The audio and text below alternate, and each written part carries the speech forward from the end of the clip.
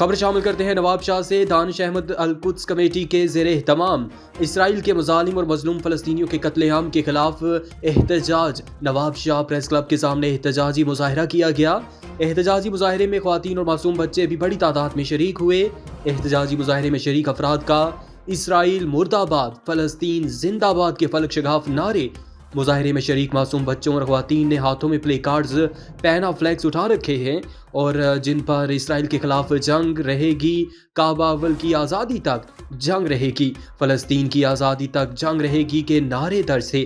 مظاہرے کی قیادت فلسطین فاؤنڈیشن کے سربراہ ابو صابر کر رہے تھے اور یوم القدس کمیٹی کے جانب سے کیے گئے احتجاجی مظاہرے میں منہاج القرآن، امامیہ اسٹوڈنٹس آرگنائزیشن، مجلس وحدت المسلمین، شیعہ علماء کونسل سمیت دیگر تنظیموں کے افراد نے بڑی تعداد میں شرکت کی۔